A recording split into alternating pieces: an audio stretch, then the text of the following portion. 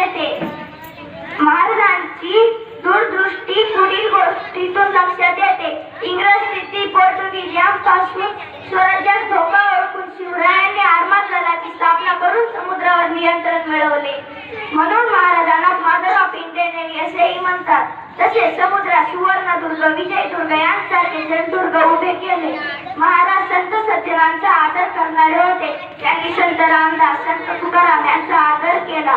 त्यांनी अनेक जिवलग सवंगडी जोडले होते. त्यामध्ये तानाजी मालुसरे, मुरारबाजी, बाजीप्रभू देशपांडे, जीवामाला, शिवाकाशी यांसारखे अनेक स्वराज्यासाठी जीव देणारे जिवलग सवंगडी होते. जाता जाता एवढेच म्हणतो, रायगडावर खडे पसरले शिवरायांच्या पायी, रायगडावर खडे पसरले शिवरायांच्या पायी, तेच आमचे हिरे माणिके दुसरी दौलत नाही, तेच आमचे हिरे माणिके दुसरी दौलत नाही.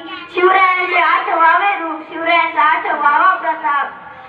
जय भवानी, जय शिवाजी.